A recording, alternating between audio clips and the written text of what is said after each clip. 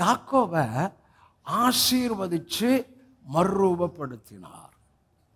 தாவீதை மறுரூபப்படுத்தி ஆசீர்வதித்தார். ரெண்டுமே டாடி பண்ணதான். ரெண்டு பேருக்கும் தேவ தீர்மானம். அந்த தேவ தீர்மானத்தில் அவங்களை எப்படி மூவ் பண்ணணும், அவங்களை எப்படி நடத்தணும் அவருக்கு தெரியும்.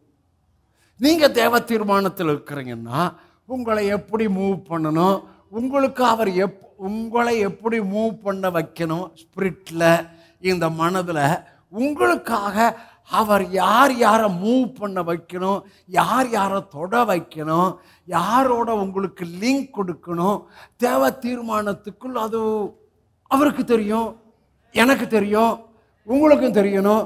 அப்போ தெரிஞ்சிட்டிங்கன்னா என் move not my move, it not my own move, my every move, every step by the word, by the holy spirit அங்கே வரணும்.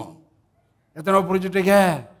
அவசரப்படக்கூடாது, அவசரப்பட்டு காரியத்தை கெடுத்துடக்கூடாது.